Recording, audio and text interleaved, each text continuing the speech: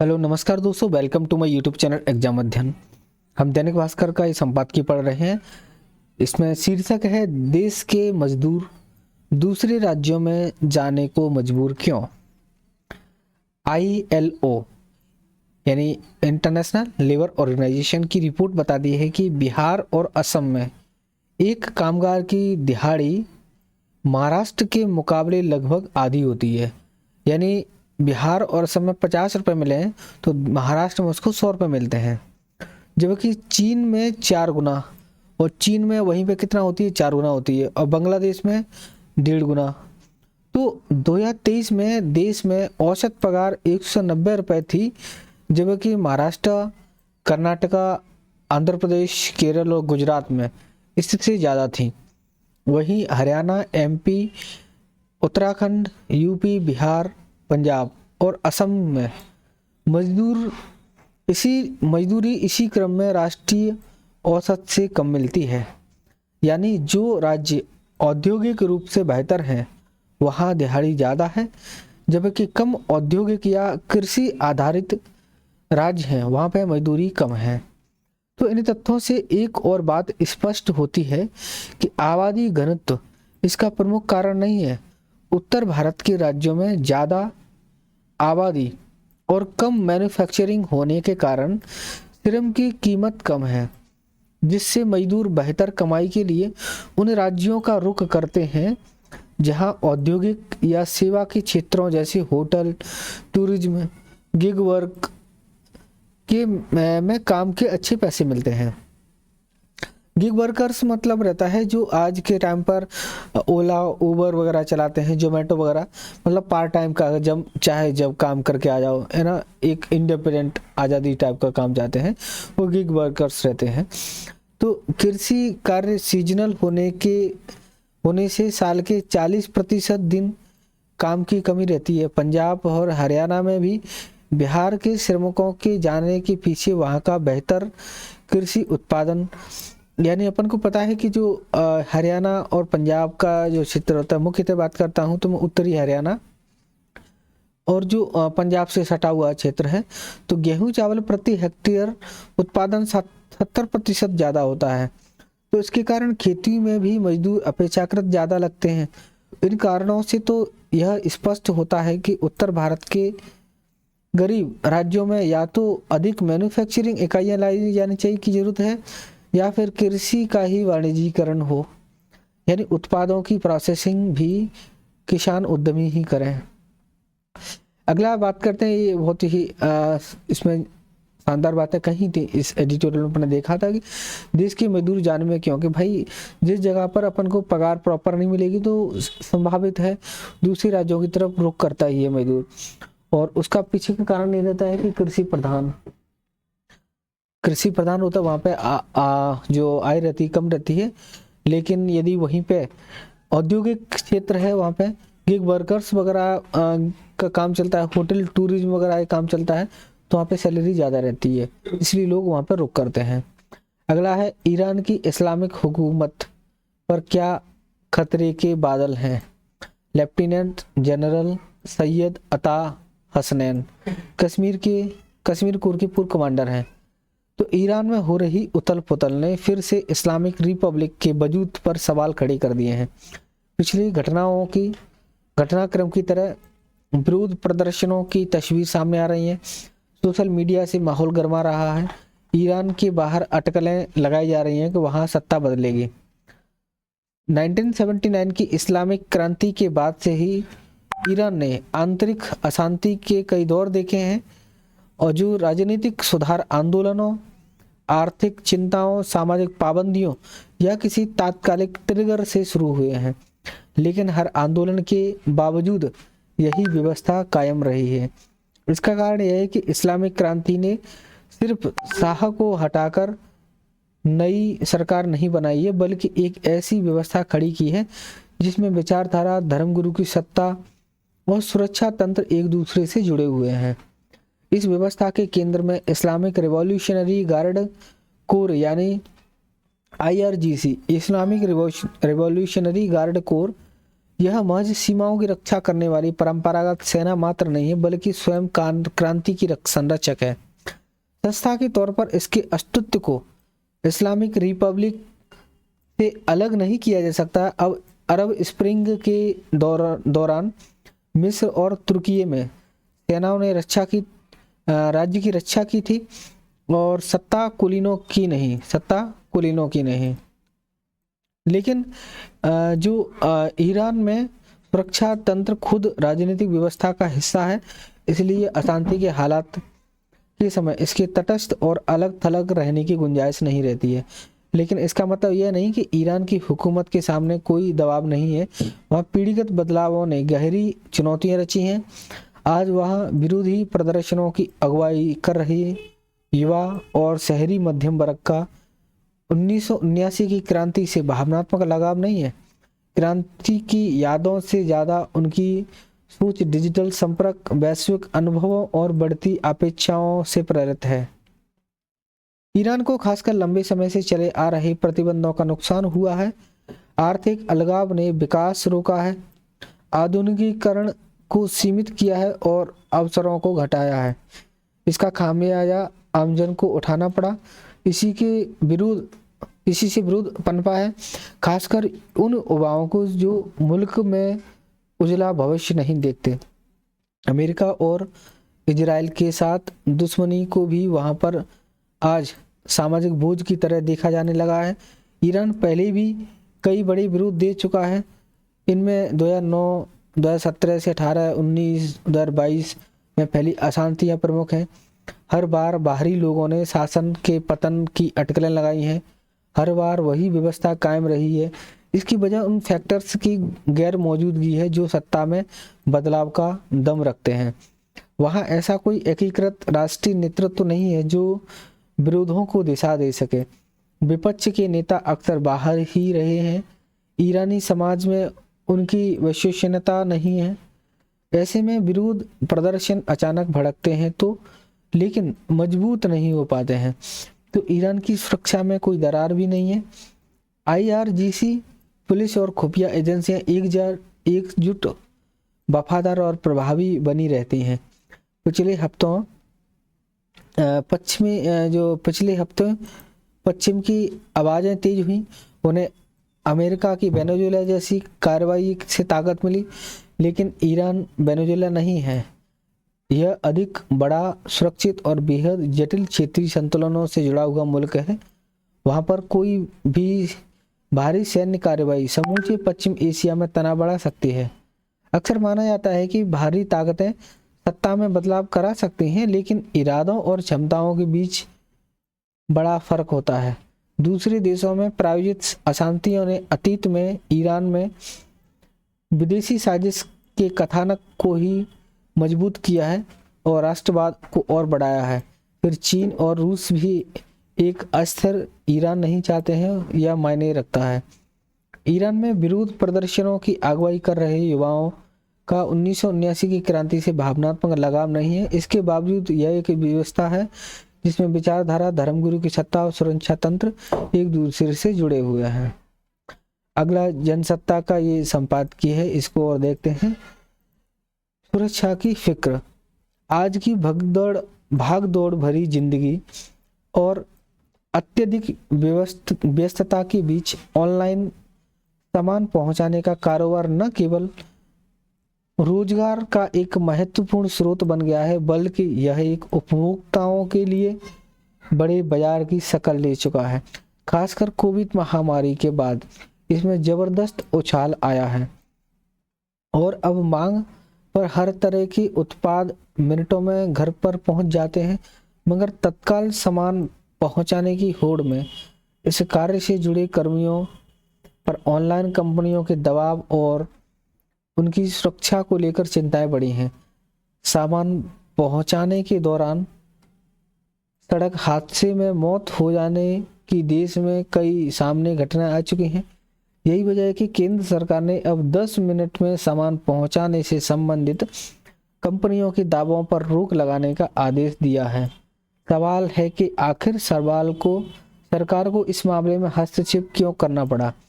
क्या संबंधित कंपनियों की यह जिम्मेदारी नहीं है कि वे अपने कर्मियों की सुरक्षा और बेहतरी की फिक्र करें?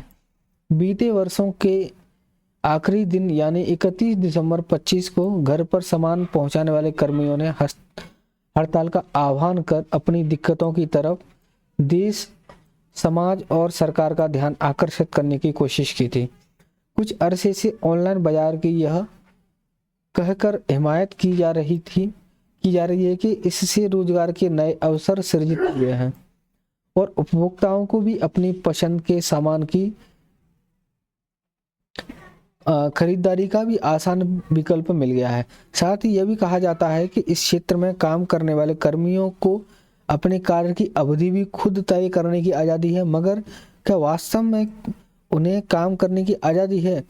निर्धारित समय के भीतर सामान पहुंचाने और प्रतिदिन लक्ष्य पूरा करने का दबाव कई बार उन्हें मानसिक ही नहीं बल्कि शारीरिक तकलीफ भी देता है।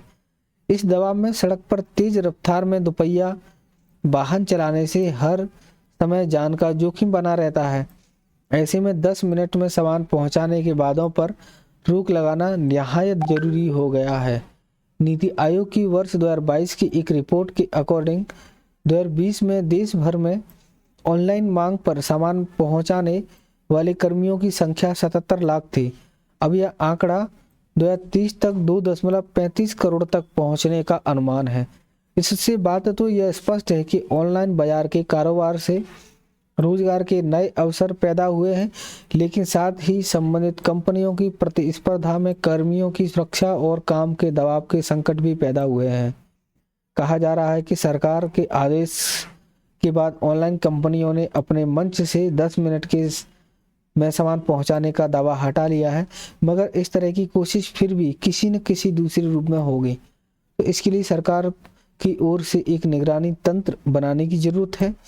सरकार को संबंधित ऑनलाइन मंचों के साथ मिलकर कोशिश करनी होगी कि श्रम शक्ति का यह हिस्सा सुरक्षित वातावरण में विकास और सामाजिक गतिशीलता की सीढ़ी बने और उनके अधिकारों की रक्षा भी हो सके।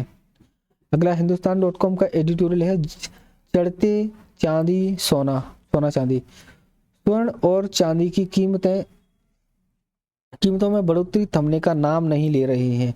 2 साल पहले जनवरी में ही स्वर्ण की कीमत 64,000 रुपये तोला थी। आज यह 1,40,000 रुपये पर के पार है। चांदी की कीमत भी 2 साल पहले 77,000 रुपये थी। 77,000 से 2,90,000 रुपये प्रति किलोग्राम तक पहुंच गई है। तो वैसे तो सोने और चांदी के भाव का बढ़ना कोई अचंभा नहीं है, पर जितनी तेजी से दाम बढ़े हैं उससे चिंता वाजिब है। पहली नज़र में सोना और चांदी को निवेश के लिए स्वर्ण माना जाता है। पिछले हफ्ता भारत में सोने की कीमत में तेजी से वृद्धि हुई और यह रिकॉर्ड ऊंचाई पर पहुंच गई। 5 दिन में 24 कैरेट सोने की कीमत 51,500 रुपये प्रति 100 ग्राम बढ़ गई।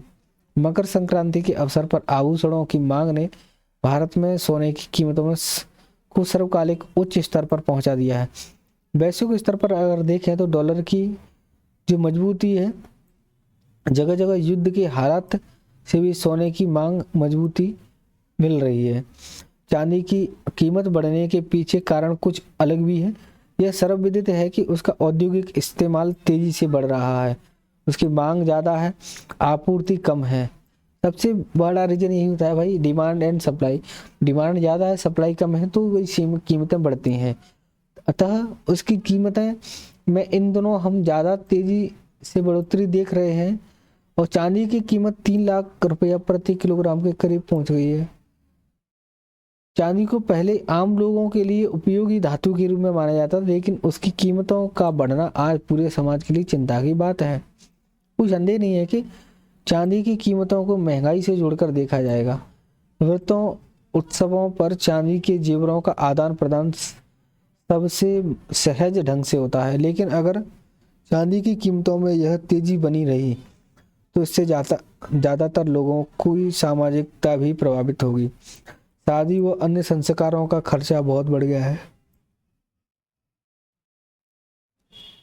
50 ग्राम वजन की एक जोड़ी पायल अब 15,000 रुपये से कम नहीं मिलेगी। क्या सरकार इस मोर्चे पर कुछ कर सकती है? क्या आज के दौर में धातु के भाव को नियंत्रित किया जा सकता है? अगर भाव को नियम बनाकर तय करने की कोशिश नहीं होगी तो सोने चांदी की जमाखोरी और कालाबाजारी को बढ़ाने से कैसे रोका जाएगा? कि एक उदारीकृत अर्थव्यवस्था में फिलहाल यही कहा जा सकता है कि सोने और चांदी को बाजार भरोसे ही छोड़ दिया जाए। तो सवाल उठता है कि क्या कोई बता सकता है कि इनकी कीमतें कहाँ तक पहुँचेंगी? अगर कीमतें ज़्यादा बढ़ेंगी तो सराफा कारोबारियों की को सुरक्षा बढ़ानी पड़ेगी। जिस देश में एक आम आदमी की औसत मासिक कमाई 30,000 रुपये के आसपास हो, वह धातुओं की कीमतों का लाखों में होना असुरक्षा को बढ़ाएगा। स्वर्ण के वायदा कारोबार में भी तेजी दिख रही है। उसे लगता है कि कीमतें अभी और ऊपर जाएंगी। ऐसे में उपाय क्या है? तो शेयर बाजार और औद्योगिक निवेश पर लोगों के विश्वास को बढ़ाने के प्रयास करने पड़ेंगे। चांदी के औद्योगिक इस्तेमाल का कोई बेहतर विकल्प खोजना पड़ेगा। लोग अभी अपना सोना बेचना नहीं चाहेंगे, तो इससे भी कीमतों को बल मिलेगा। बैंकों के पास जो सोना है, क्या उसे बाजार में उतार सकते हैं? दरअसल सोने का भाव जब बढ़ता है तो बैंक भी अपना फायदा देखते हैं। निसंदेह स्वर्ण में निवेश से जो फायदा हो रहा है, उससे ज़्यादा फायदा अगर किसी अन्य क्षेत्र में निवेश से होने लगे तो स्थितियां सुधर सकती हैं। लेकिन क्या निकट भविष्य में इससे क्या होगा? महाशक्तियों के लिए जंग का मैदान बन रहा ईरान। अभी ऑलरेडी हमने एक तथ्य में ईरान के बारे में देखा था, वहाँ की जो सत्ता परिवर्तन है। अभी ईरान की में स्थिति काफ़ी तनावपूर्ण हो गई है, मुख्यतः आर्थिक मुद्दों को लेकर के। लोगों ने विरोध प्रदर्शन शुरू किया है, मगर आंदोलन का दायरा बढ़ते ही सरकार ने दमन का रास्ता अपनाया। वहाँ पे इंटरनेट सेवा बंद कर दी गई, इसलिए जल्द सूचनाएं नहीं आ रही हैं। लेकिन रिस कर जो खबरें पहुँच रही हैं, उनके मुताबिक सैन्य कार्रवाई में सैकड़ों लोगों की जान गई हैं। तेहरान में पहले भी विरोध प्रदर्शन हुए हैं, हमेशा ईरानी हुकूमत उसे दबाने में सफल रही है। इस बार भी ऐसा ही जान पड़ रहा है। माना जाता है कि जब तक प्रदर्शनकारियों को बाहर से समर्थन नहीं मिलेगा, तब तक ईरान में शायद ही कोई बदलाव आ सकेगा। निर्वासित नेता रजा पहलवी ईरानी सेना से जनता के पक्ष में खड़े होने की अपील जरूर कर रहे हैं, लेकिन किसी एक नेता के हाथ में कमान न होना इस आंदोलन को बड़ी कमजोरी साबित हुई है। अमेरिकी राष्ट्रपति डोनाल्ड ट्रंप अपनी विदेश नीति से इसे एक नया मोड़ देना चाहते हैं। उन्होंने साफ लफ्जों में कहा है कि प्रदर्शनकारी आंदोलन जारी रखें, अमेरिका से मदद आ रही है। उन्होंने चेतावनी भी दी है कि यदि तेहरान प्रदर्शनकारियों को फांसी देता है तो फिर वाशिंगटन बहुत सख्त कार्रवाई करेगा। ईरान में इरफान सुल्तानी की फांसी एक बड़ा मुद्दा बन चुका है। हालांकि ईरानी राष्ट्रपति मसूद पेजेस्कियान आंदोलनकारियों की चिंताओं पर ध्यान देने की बात कर रहे हैं, पर स्थिति संभलती नहीं दिख रही है। ईरान में एक बड़ा तबका आज भी सुप्रीम लीडर आयतुल्लाह खामनेई और उनकी शासन व्यवस्था में विश्वास करता है। ट्रंप के बयान पर रूस की प्रतिक्रिया स्वाभाविक है। रूस के विदेश मंत्री के मुताबिक जो लोग बाहर से उकसाई गई अशांति का बहाना बनाकर ईरान पर हमला करना चाहते हैं, उन्हें मध्य पूर्व की स्थिति और वैश्विक सुरक्षा पर इसके पड़ने वाले खतरनाक नतीजों के बारे में भी पता होना चाहिए। वेनेजुएला के ताज़ा घटनाक्रम ने रूस को ट्रंप के बयान पर तत्काल तलवार पटकने के लिए प्रेरित किया है। वेनेजुएला की तरह ईरान भी रूस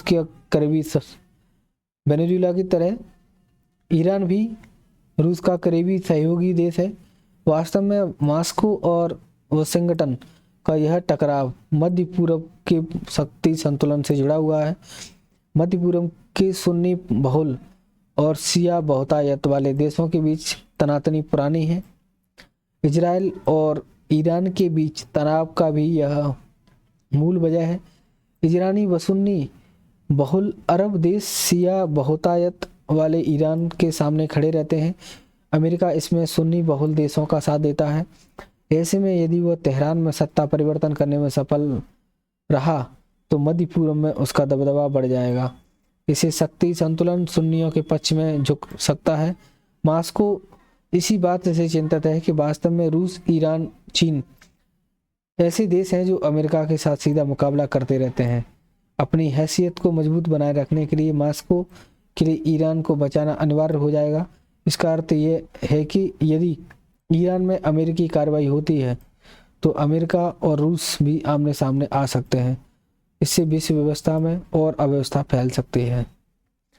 भारत की चिंता यही है कि अगर ईरान में जल्द स्थिरता नहीं आती है तो मध्य पूर्व में तनाव बढ़ता है, तो नई दिल्ली को लंबे समय तक परेशानी हो सकती है। यह समय सही है कि ईरान के साथ हमारा व्यापार बहुत ज़्यादा नहीं है। खास तौर से अमेरिकी प्रतिबंध के बाद हमने तेहरान के साथ कारोबार काफ़ी कम कर दिया है। अब हम उससे तेल भी ज़्यादा नहीं खरीदते, पर जो आर्थिक रिश्ते हैं में यह सुस्ती हमारी तरफ से है। ईरान के लिए तो हम अब भी उसके शीर्ष 5 कारोबारियों देशों में से एक हैं।